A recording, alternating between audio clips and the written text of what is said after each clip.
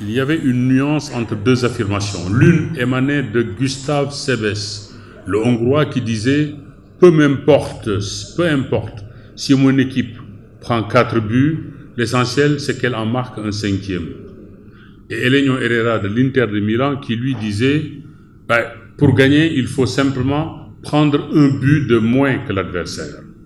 Donc autant l'un prônait un but de plus que l'adversaire, l'autre un but de moins que l'adversaire, la finalité était la même, c'était la victoire. Mais c'est vrai que les mots traduisent mal la nuance qui existe entre ces deux affirmations. Je suis plutôt pour effectivement un jeu spectaculaire, un jeu offensif. Je suis pour qu'une équipe cherche d'abord à marquer plus de buts que l'adversaire et non pas à en prendre moins que l'adversaire.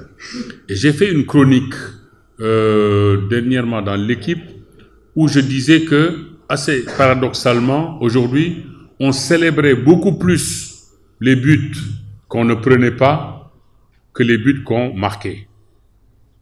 Une équipe peut gagner 3-0, 4-0. L'entraîneur, au lieu de dire « aujourd'hui nous avons été efficaces », il commencera par dire « aujourd'hui je suis content parce que nous n'avons pas pris de but ». Voilà ce qu'il commence par dire.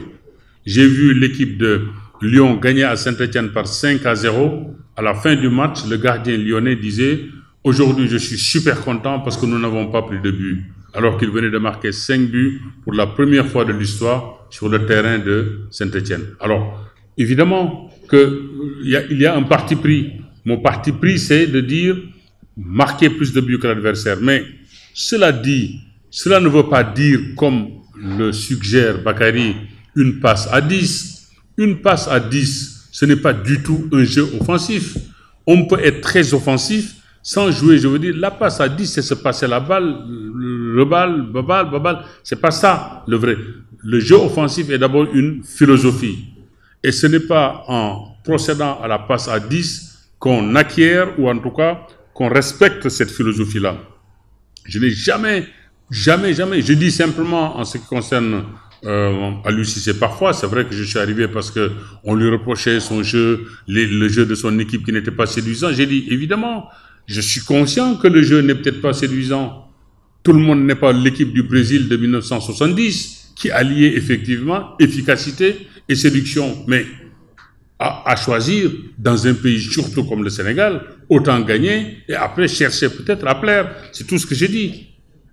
Mais gagner coûte que coûte ne veut pas forcément dire je ne produis pas de jeu séduisant ou je ne cherche pas à le produire. Aujourd'hui, de toute façon, dans le vocable sportif, on a inversé les termes. Quand une équipe attaque pour essayer de marquer un but, on dira l'équipe prend des risques. Mais moi, je prends des risques quand mon équipe est derrière et que le ballon me revient sans cesse. Mais quand j'attaque de l'autre côté, ce n'est pas des risques, c'est des initiatives que je prends. Même quand un joueur tente une reprise de volée, on dit il a pris des risques. On dira aussi, ah, tiens, il joue en première intention. Ça veut dire quoi, jouer en première intention? Et nous tous, parfois, on le dit. Mais ça n'a aucun sens. Il ne faut pas tomber dans ces vocables-là.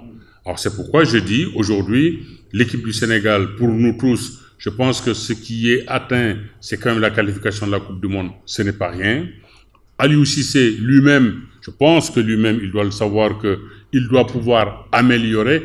Et d'ailleurs, il y a une question assez intéressante que Yatma Diop posait dernièrement, quand il demandait c'est quoi un sélectionneur et c'est quoi un entraîneur. Un entraîneur, c'est celui qui, tous les jours, a des garçons sous sa coupe et à qui il inculque, je dirais, des principes de jeu.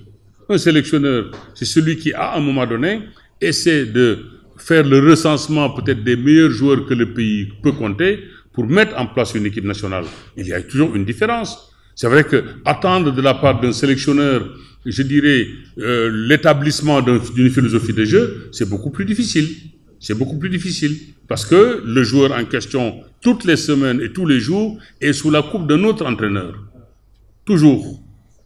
Voilà. Après, il y a un match international, tac, on vient, on se regroupe. Alors, pour 3 ou 4 jours, si l'entraîneur doit mettre en place, doit tisser une philosophie, et si en 2 ou 3 jours, le sélectionneur doit, je veux dire, se substituer à l'entraîneur, c'est qu'il faut qu'il ait 2 personnalités totalement distinctes.